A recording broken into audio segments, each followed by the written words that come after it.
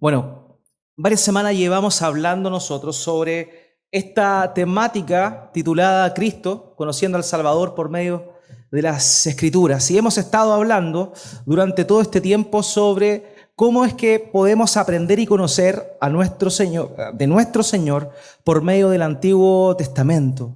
Y hemos visto, y ya esta es la 12ª parte de este estudio, que sin duda ha producido un aprendizaje en cada uno de nosotros, pero por sobre todo el deseo de mi corazón y, por cierto, el de nuestro Dios es que aprendamos a amarle más por medio de su palabra.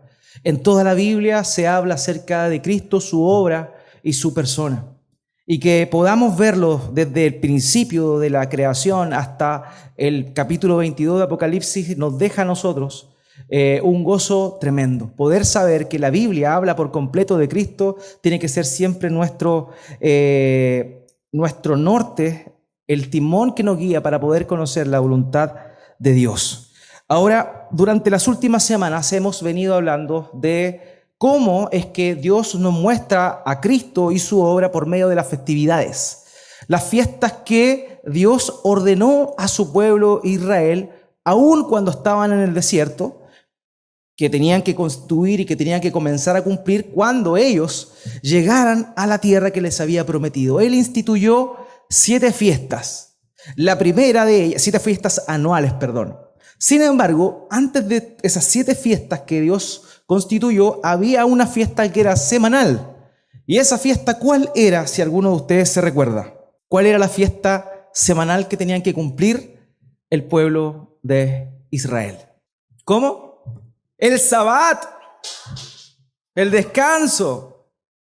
Ese era el día que todas las semanas ellos debían celebrar, que posteriormente nosotros lo estudiamos la otra vez, luego de la obra de Cristo pasa a ser llamado el Día del Señor, y el Día del Señor perfecciona ese día que Dios le había dado al pueblo israelita, pero que en verdad le había dado a todo el mundo. Recordemos que el mandato del Sabbat fue dado en la creación. En la creación aparece el Sabbat.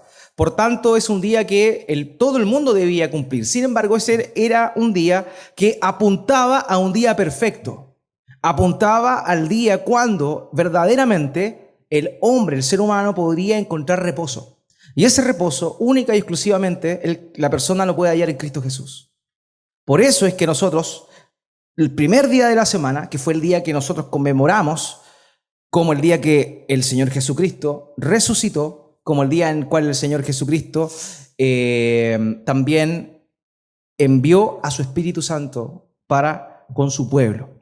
Y eso precisamente es lo que vamos a estar hablando esta mañana también, no del Sabbat, sino más bien de la venida del Espíritu Santo, pero está prefigurada en el Antiguo Pacto por medio de una de las festividades. Estuvimos hablando, aparte de esta festividad que era, como les comentaba, una festividad semanal, la del Sabbat, habían otras fiestas también. Vimos la primera fiesta, que era la fiesta de la Pascua. Y la fiesta de la Pascua era una fiesta muy especial. Esta fue constituida por Dios cuando Él manda a Moisés a sacar al pueblo de Egipto. Dios manda a Moisés llega a Egipto le dice a Faraón, deja salir a mi pueblo, ustedes conocen la historia mejor que yo, probablemente. Llega, ¿cierto? Moisés le dice a Faraón endurece su corazón y producto de eso Dios emite un juicio sobre Egipto y sobre el Faraón. Y ahí da las famosas 10 plagas. Pasada la 9ª plaga, cada vez el Faraón endurecía más y más su corazón. Pero concluida la 9ª plaga, Dios emite la última. Y la última plaga consistía en que todos los primogénitos de Egipto iban a morir. Iban a morir. Pero los primogénitos de los nacidos en el pueblo de Israel, los hebreos, ellos no iban a morir. Pero para que ellos no murieran, ellos tenían que hacer algo especial que Dios le había mandado. Y esto era sacrificar un corderito por familia. Si la familia era muy pequeña, se podía juntar con la familia de al lado y sacrificar un corderito a medias. Pero tenían que sacrificar un corderito y untar la sangre y rociar la sangre en los marcos de las puertas. Esa era el sello que debían hacer ellos esa noche para que la muerte pasara de largo. Eso es lo que significa Pascua. pasar de largo. Y eso fue lo que ocurrió. El ángel de la muerte esa noche pasó por todo Egipto y donde se encontraban las puertas marcadas, los dinteles y el marco de la puerta, marcada con la sangre de un cordero, el ángel de la muerte pasaba de largo. Eso significa Pascua, pasar de largo. Y esa festividad, la festividad de la Pascua, nos habla a nosotros de la muerte pasando de largo, donde está la sangre del cordero. De esa manera se tipifica la obra de Cristo. Hermanos, si tú has creído en Cristo, el Cordero de Dios que quita el pecado del mundo, si tú has creído en Él, tú has pasado de muerte a vida, y la muerte segunda, la condenación eterna en el lago de fuego y azufre, ha pasado de largo. Eso es lo que significaba la Pascua. Jesucristo es nuestra Pascua, dice el apóstol Pablo en 1 Corintios. Él es nuestra Pascua. Él fue el sacrificio que se entregó y marcó nuestro ser con su sangre para que la muerte no tuviera poder sobre nosotros. De esa manera, esa festividad que Dios mandó al pueblo, la festividad de la Pascua, apuntaba la obra sacrificial de nuestro Señor Jesucristo, dándose en propiciación por nuestros pecados. También vimos otras dos fiestas la semana pasada. La primera fiesta tenía que ver con la fiesta de los primeros frutos, de los primeros frutos, o de las primicias, como se llamaba. Esta fiesta ocurría luego de la Pascua, el tercer día, que justo corresponde a el momento en el cual nuestro Señor Jesucristo resucita. La fiesta de la Pascua, hermanos, apuntaba a la muerte sacrificial del Señor Jesucristo, mientras que la fiesta de los primeros frutos o la fiesta de las primicias corresponde a el primer fruto de la obra redentora de Cristo, que es la resurrección. Cristo resucita precisamente en el día de las fiestas de las primicias, cumpliéndose de esa manera aquella festividad. Eso es lo que representaba, el primer fruto es Él. De hecho, la Escritura dice, el apóstol Pablo dice que Él es primicia de los que durmieron. Él es el primero en resucitar. Él fue el primero en resucitar, y por causa de esa promesa que Él nos hace por medio de su Hijo, nosotros también resucitaremos el día postrero. Por eso Él es la primicia. La fiesta de las primicias representaba la resurrección de nuestro Señor Jesucristo. En tercer lugar, vimos la otra fiesta que correspondía ¿a cuál? La de los panes sin levadura, ¿cierto? O los panes ácimos. ¿Qué se refiere a los panes sin levadura? Esta festividad Dios les ordenó al pueblo a que durante 7 días prepararan pan, pero este pan debían prepararlo sin levadura, ¿cierto?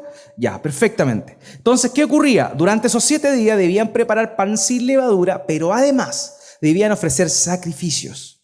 ¿Eso nos muestra qué? Nos muestra que aquel sacrificio entregado por nosotros es el pan del cielo, es el pan que se ofreció. Pero ese pan tenía una característica especial, que ese pan era sin levadura. La levadura en oportunidades, y vamos a ver esto, en oportunidades, no siempre, es manifestado como el pecado o la maldad. O en una oportunidad el mismo Señor Jesucristo le dice a los discípulos: absténganse de la levadura de los fariseos, que se está refiriendo a la doctrina, a la enseñanza errónea que los fariseos y escribas hacían sobre el pueblo. Entonces, normalmente la levadura se asume como algo negativo, pero vamos a ver que esto no siempre es así, ¿ya? No siempre es así, pero en ciertos contextos sí. Ahora, en este contexto se está refiriendo precisamente a la maldad. Y nosotros vemos que Cristo es el cumplimiento de la festividad de los panes sin levadura, porque Él es el pan del cielo que se ofrece para alimentarnos a nosotros espiritualmente, pero es un pan que no tenía contaminación. Era un pan del cielo sin mancha y sin pecado. Eso era lo que representaba el pan ácimo, la fiesta, ¿cierto?, de los panes sin levadura. Entonces tenemos la primera festividad, que era la fiesta de la Pascua. Posterior a eso ocurría el día 14 del mes primero del calendario religioso de los hebreos que Dios había estipulado. El 14 de Aviv, que así se le denomina a ese mes en la Escritura. El 14 del mes se realizaba la fiesta de la Pascua. El día 15 comenzaba la fiesta de los panes sin levadura, ¿ya? Y durante 7 días se ofrecían los panes sin levadura. Pero ¿cómo? La fiesta de los panes sin levaduras comienza el día siguiente de la Pascua y termina 7 días después, la fiesta de las primicias estaba en medio de la fiesta de los panes sin levadura. ¿Ya? Eso se ve todo. De hecho, usted cuando lo lea en el Nuevo Testamento, sobre todo en los relatos del Evangelio, usted va a notar que los evangelistas comentan todo esto de una manera lineal. Habla de la fiesta de la Pascua, pero cuando habla de la fiesta de la Pascua está incluyendo la Pascua, la fiesta de los panes sin levadura y también la fiesta de las primicias. Entonces, Cristo se ofrece en la fiesta de la Pascua, Cristo resucita en la fiesta de las primicias, ¿ya? Y entre medio ya había comenzado esta fiesta que representaba el pan del cielo, el pan sin levadura, el pan que no tenía pecado, que representaba la forma en la cual el Señor Jesucristo se ofreció. Hoy vamos a estar viendo otras fiestas, la fiesta de Pentecostés y la fiesta de las trompetas como tipos de Cristo, ¿ya? Vamos a estar hablando de eso también. Las fiestas, estas fiestas que les he comentado, todas ocurrían de una manera cronológica básicamente. La Pascua venía primero, el día después comenzaba la fiesta de los panes sin levadura y el primer día de la semana concluía la fiesta, o sea, entre medio de la fiesta de los panes sin levadura estaba la fiesta de las primicias. Pero de la Pascua en adelante transcurrían 50 días y pasados esos 50 días, desde la Pascua, se celebraba otra festividad. Y esta festividad era la fiesta de Pentecostés, también conocida como la fiesta de las cosechas. Vamos a ver después otros nombres que tenían esta festividad. Y vemos aquí en Éxodo capítulo 34, versículo 22, cómo es que Dios instituye esta fiesta. Recordemos una cosa, hermanos. Las fiestas no son las fiestas del pueblo judío. Las fiestas son las fiestas de Dios, donde Dios invita a su pueblo a participar de festividades que eran propias de Él, porque esas festividades apuntaban a su obra redentora. ¿Ya? Nunca olvide eso. No son fiestas de los judíos las celebraban, pero porque habían sido convidados de parte de Dios a celebrar esas festividades que Dios había instituido para su propia gloria. Éxodo 34, versículo 2 dice lo siguiente: celebra con las primicias la fiesta de las semanas y también la fiesta de la cosecha de fin de año. Esta es una alusión directa a la fiesta que estamos hablando ahora, la fiesta de Pentecostés. Ahora, como les comenté, esta fiesta tenía varios nombres. Se le conocía como la fiesta solemne de las semanas, también como la fiesta de la recolección. La fiesta de las primicias, donde Cristo resucita precisamente, que era el primer domingo después de la fiesta de la Pascua, o sea, 3 días después de la Pascua, esa fiesta lo que hacían era ofrecer el primer fruto de la cosecha. Recién estaba saliendo la cosecha, recién estaba brotando, y ellos debían cortar los primeros frutos y ofrecérselos a Dios. Pero esta festividad, la fiesta de la cosecha, es cuando ellos ya terminaron de cegar todo y ahora van a dar gratitud a Dios por la cosecha que les dio. Esa es la fiesta de Pentecostés o la fiesta del fin de la cosecha, como aparece representada ahí. Por eso se llama también la fiesta de la recolección, puesto que en ella se recuerda o se atribuye a Dios y también se le da gracias a Dios por la provisión que Él dio abundante de fruto. ¿Ya? También se le llama la fiesta de clausura, porque como les decía ahí, cerraba la temporada de cosecha, y también Pentecostés. Pentecostés es una palabra griega que viene de penta. Penta significa 5. Pentecostés es un múltiplo de 5, es decir, 50. ¿Ya? Se llama Pentecostés porque pasada la fiesta de la Pascua se contaban 7 semanas. 7 semanas, si usted sabe y sabe multiplicar. ¿Cuánto es 7 por 7? Entonces, pasadas las 49 días de las 7 semanas, venía Pentecostés, o sea, el día 50. ¿Ya? Esa es la idea. Entonces, 50 días después de la Pascua ocurría esta festividad. ¿Ya? Por eso se llama Pentecostés. No es por otro nombre, sino porque pasaban 50 días después de la Pascua. Ahora, Veamos cómo es que Dios instituye ciertas cosas sobre esta fiesta y vamos a ver a qué está apuntando de la obra de Cristo. Levítico capítulo 23, versículo 15 al 18, dice: a partir del día siguiente al sábado, es decir, a partir del día en que traigan la gavilla de la ofrenda mecida, contarán 7 semanas completas. En otras palabras, contarán 50 días, incluyendo la mañana siguiente al séptimo sábado. Entonces presentarán al Señor una ofrenda de grano nuevo. Note estos detalles, después vamos a estar especificando qué hace alusión a esto, pero note esos detalles, grano nuevo, ¿ya? Desde su lugar de residencia le llevarán al Señor como ofrenda mecida de las primicias dos panes hechos con 4 kilos de flor de harina, cocidos con levadura. Junto con el pan deberás presentar 7 corderos de un año sin defecto, un novillo y 2 carneros serán, junto con sus ofrendas de cereal y sus ofrendas de libación, un holocausto al Señor, una ofrenda presentada por fuego de aroma grato al Señor. Continuamos con la lectura hasta el verso 22. Luego sacrificarás un macho cabrío como ofrenda por el pecado y 2 corderos de un año como sacrificio de comunión. El sacerdote mecerá los 2 corderos junto con el pan de las primicias. Son una ofrenda mecida ante el Señor, una ofrenda consagrada al Señor y reservada para el sacerdote. Ese mismo día convocarán ustedes a una fiesta solemne en honor al Señor y en ese día no harán ningún trabajo.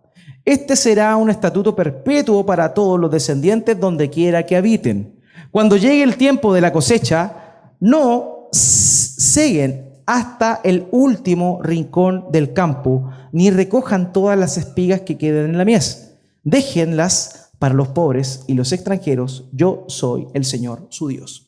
Esa era la ordenanza original de la fiesta de Pentecostés. Ahora, usted que ha leído el Nuevo Testamento y quizá no tenía idea que la fiesta de Pentecostés había sido ordenada en el Antiguo Testamento, ¿qué se le viene a la mente con el Nuevo Testamento cuando hablamos de Pentecostés? ¿Qué pasó en Pentecostés? Gracias, no se molesten. ¿Qué pasó? La venida, ¿de quién? Del Espíritu Santo. Recordemos algo, cuando el Señor Jesucristo está pronto a ascender, Él le dice a los discípulos, en Hechos 1:8, dice: no se vayan de Jerusalén hasta que hayan recibido el Espíritu Santo de la promesa. Y Él, ¿cierto?, le dará poder y seréis testigos. Y dice que ellos debían esperar a que viniera el Espíritu Santo. Ahora, Jesucristo asciende y 10 días después de su ascensión, Él se le apareció durante 10 días a los discípulos. 10 días después, 10 días después de eso, después de ese momento, se le apareció durante 40 días, y 10 días después de ese tiempo que Él se le apareció y que ascendió, el Espíritu Santo viene. Y justamente el Espíritu Santo viene en la fiesta de Pentecostés. Pentecostés apuntaba a la cosecha. Y estos cristianos que recibieron el Espíritu Santo, recibieron la obra de Cristo completa, ya que Él había ascendido a los cielos, y a partir de ese momento todos los beneficios que ya estaban corriendo, porque los santos del Antiguo Testamento ya disfrutaban de los beneficios redentores de la obra que Cristo todavía no había cumplido, ¿ya? Pero por medio de sombras solamente. Pero a partir de ese momento ya la plenitud de las bendiciones otorgadas por la obra de Cristo son cumplidas. Entonces aquellos 120 hombres que estaban reunidos en el aposento alto en la festividad de Pentecostés corresponden a aquella cosecha que Dios había prometido que iba a venir por medio de esta festividad que hablaba de la cosecha. O sea, la fiesta de la cosecha es una tipología de la obra redentora de Cristo sellando a los cristianos con el Espíritu Santo. Por eso todas las fiestas apuntan a Cristo, todas las fiestas hablan de Él y de su obra, hermanos. Entonces eso es lo que pasó ese día, el día de Pentecostés. Dice que de pronto en ese lugar entró un viento recio, lenguas como de fuego sobre sus cabezas, fueron llenos del Espíritu Santo y comenzaron a manifestar las maravillas de Dios en otros idiomas, cosa que oyeron personas que estaban alrededor, oyeron el alboroto, se acercaron y se asombraron al ver que estas personas hablaban las maravillas de Dios en su propio idioma, siendo que ellos eran judíos y no eran judíos que habían nacido en otros lugares, sino que eran judíos que habían nacido ahí en Judea, en Perea, en Galilea, en todo ese sector. Entonces ellos se maravillaron del poder de Dios porque les estaba hablando de sus obras en su propio idioma. Y ahí hubo una cosecha de 3,000 personas que fueron también llenas con el Espíritu Santo por haber creído el mensaje del Evangelio. Eso apuntaba a la fiesta de Pentecostés. El cumplimiento de la fiesta de Pentecostés prometida ahí en el Éxodo se cumple perfectamente ahí luego de la resurrección del Señor Jesucristo el día 50. De esa manera la fiesta de Pentecostés apuntaba a esa cosecha. Ahora, como les decía, hay cosas aquí que son interesantes notarlas. Por ejemplo, vimos acá una ofrenda de grano nuevo. Estas personas nunca habían oído el mensaje de Cristo. Ellos eran personas que habían llegado a Jerusalén, un hecho que quizá usted no conocía, pero en aquel entonces, cuando se celebraba la fiesta de la Pascua, la fiesta de la Pascua junto con la fiesta de Pentecostés eran festividades que los judíos tenían que asistir por obligación. Ellos entendían que habían 3 festividades que ellos tenían que cumplir, y una de esas era la Pascua y Pentecostés, que precisamente estaban juntas, estaban muy cerca de día la una de la otra. Entonces ellos entendían que era una obligación estar en Jerusalén.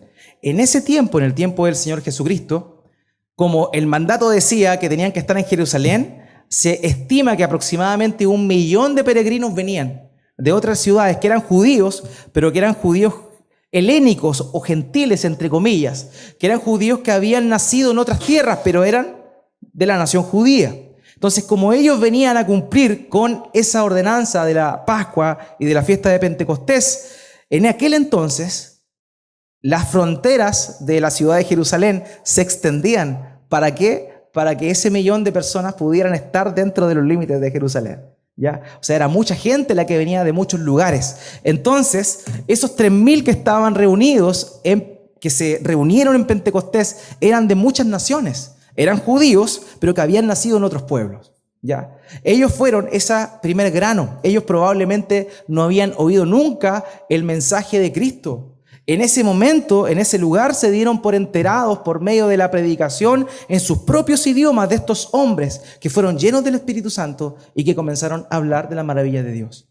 Entonces ahí vemos a ese grano nuevo, esas personas que llegaron a la fe por medio de aquella obra y aquella cosecha enorme que el Espíritu Santo dio en ese día. Ahora, hay elementos ciertos que siempre están presentes. Por ejemplo, ahí la ofrenda por el pecado. Si no hay ofrenda por el pecado, no hay fiesta, ¿cierto? La ofrenda obviamente hace alusión a Cristo. Los 2 corderos, dice ahí, por comunión. Sin el sacrificio de Cristo el hombre no puede tener comunión con Dios, ¿cierto? Todos esos detalles apuntan precisamente a que para que se cumpliera a manera cabal aquella fiesta y que estos hombres pudieran ser llenos del Espíritu Santo, era necesario entender la concepción de pecado, era necesario entender que necesitaban volver a tener comunión con Dios, puesto que no la tenían. Otra cosa que aparece ahí, ese día no harán ningún trabajo, hace alusión también al descanso que solamente podemos encontrar en Jesucristo. Las personas piensan que por sus buenas obras pueden alcanzar la paz con Dios.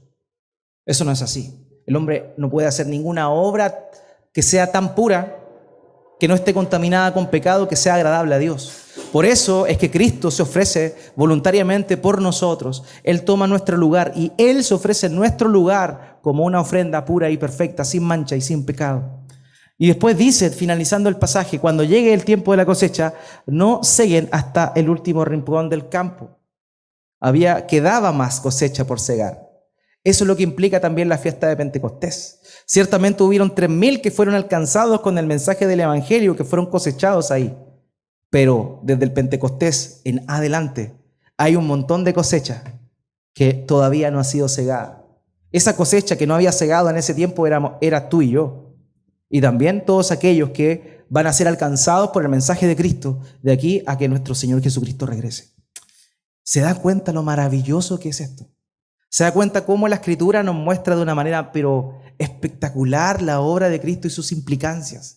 Cómo que cada una de estas cosas a la perfección fue cumplida por Cristo, no tan solo en su actuar, sino también por medio de su obra. Él prometió que venía el Espíritu Santo y el Espíritu Santo vino en Pentecostés. Él prometió que iba a ser entregado en la fiesta de la Pascua y así lo fue. Él prometió que al tercer día resucitaría y lo cumplió por medio de la fiesta de las primicias.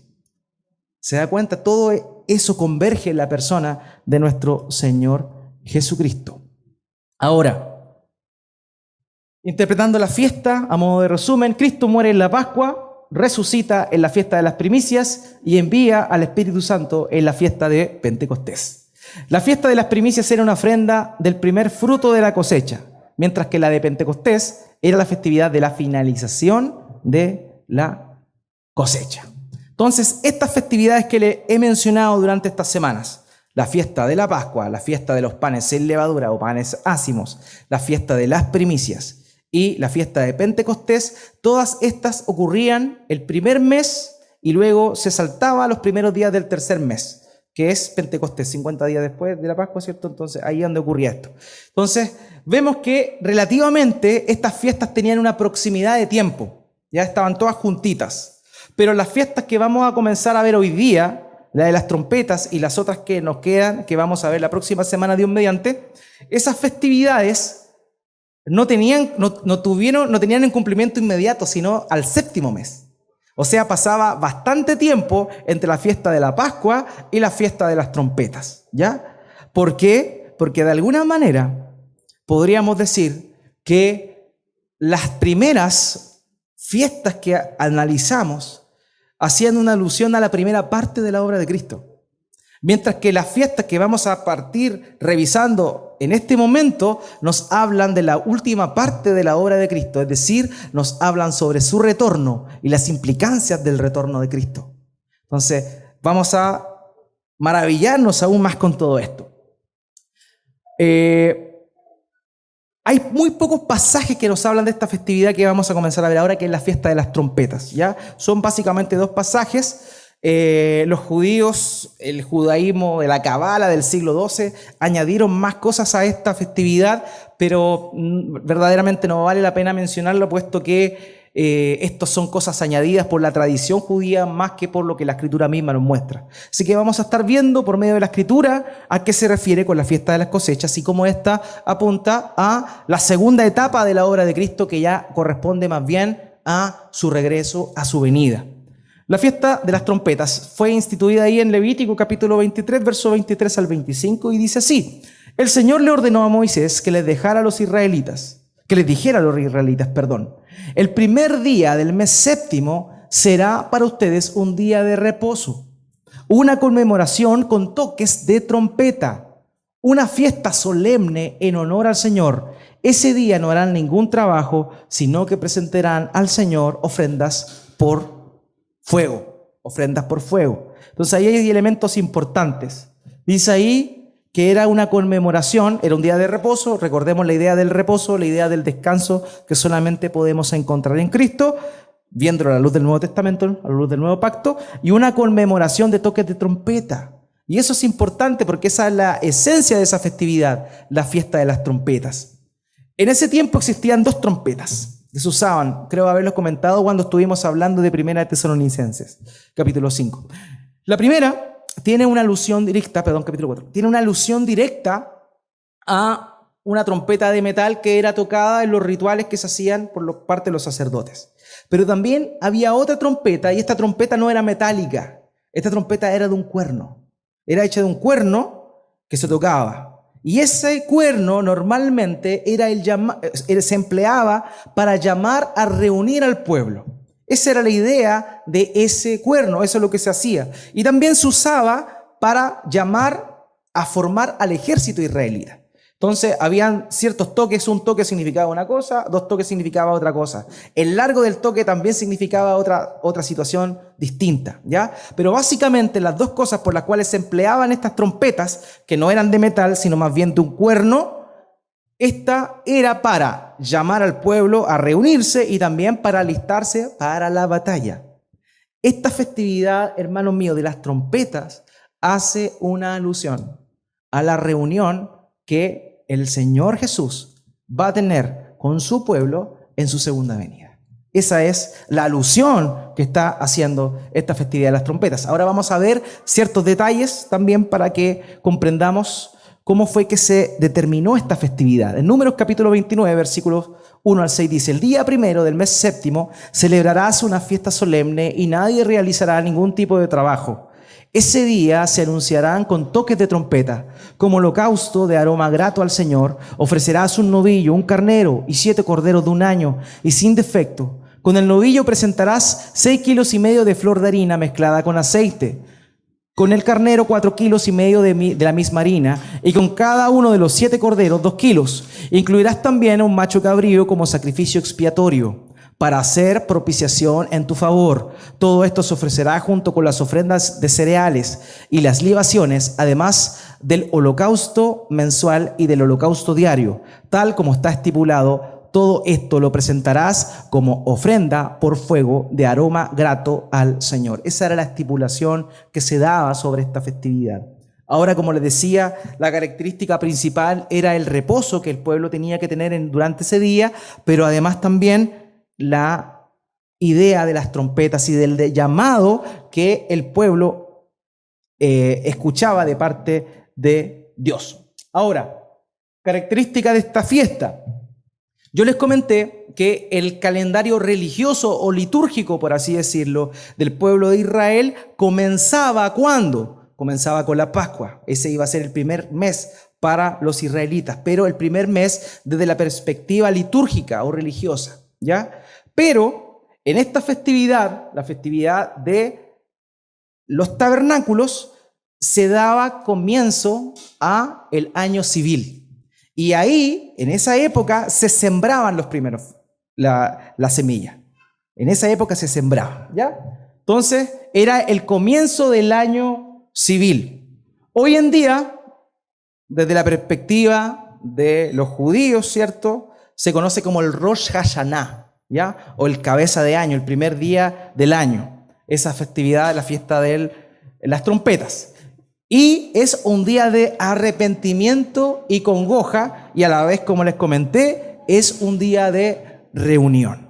Esta festividad entonces hace una alusión a la segunda venida del Señor Jesucristo, cuando Él vuelva a llamar a su pueblo para reunirse en pos de Él y también para alistarse para la batalla. Y eso es lo que nos muestra el Nuevo Testamento, no sin antes ver cómo de una manera también profética Isaías se refiere al llamado o al toque de las trompetas. Isaías 27 del 2 al 13 dice: en aquel día el Señor trillará desde las corrientes del Éufrates hasta el torrente de Egipto, y ustedes, israelitas, serán recogidos uno por uno. En aquel día sonará una gran trompeta. ¿Se da cuenta la idea de recoger, de reunir y de la trompeta? En aquel día sonará una gran trompeta. Los que fueron llevados a Asiria y los que fueron desterrados a Egipto vendrán y adorarán al Señor sobre el monte santo en Jerusalén. Esa es la idea de la trompeta de reunión, de hacer una reunión, de convocar a su pueblo. Y nosotros lo vemos también ahí ya de una manera más clara, dicha por el mismo Señor Jesucristo en Mateo capítulo 24, versículo 31, haciendo alusión a su segunda venida, dice ahí: al sonido de la gran trompeta. Está haciendo alusión al Hijo del Hombre. Él habla del Hijo del Hombre, pero está hablando de sí mismo. Al sonido de la gran trompeta mandará a sus ángeles y reunirá de los 4 vientos a los elegidos de un extremo al otro del cielo. ¿Se da cuenta cómo el concepto de trompeta hace una alusión a una reunión? Esa es la idea. Aquí también en 1 Tesalonicenses 4 del 16 al 18, ya lo analizamos unas cuantas semanas atrás en nuestra serie de sermones, dice así: el Señor mismo descenderá del cielo con voz de mando, con voz de arcángel y con trompeta de Dios, Y los muertos en Cristo resucitarán primero. Luego los que estemos vivos, los que hayamos quedado, seremos arrebatados junto con ellos en las nubes para encontrarnos con el Señor en el aire. Y así estaremos con el Señor para siempre. Por tanto, anímense unos a otros con estas palabras. La fiesta de las trompetas hace alusión a nuestro encuentro con el Señor cuando Él venga por segunda vez. De eso habla la fiesta de las trompetas. Así que eso, hermanos míos, la fiesta de Pentecostés hacía alusión a la primera gran cosecha que se iba a dar de redimidos por la predicación del Evangelio a todas las demás naciones. Pero la fiesta de las trompetas hace una alusión ya a la segunda parte de la obra de Cristo en su segunda venida. Y es una alusión clara a la reunión que va a tener su pueblo junto con su Señor, junto con su Redentor, cuando Él venga en su segunda venida. Bien, mediante la próxima semana vamos a estar concluyendo con las fiestas y ya partiríamos en 2 semanas después conociendo al Señor, pero por medio de lo que Él nos reveló en el Nuevo Testamento, en el Nuevo Pacto. Y vamos a saltar de un testamento a otro viendo la unidad que ambos tienen a la hora de mostrarnos que el tema principal de las Escrituras es la persona y la obra del Señor Jesucristo. Oremos al Señor.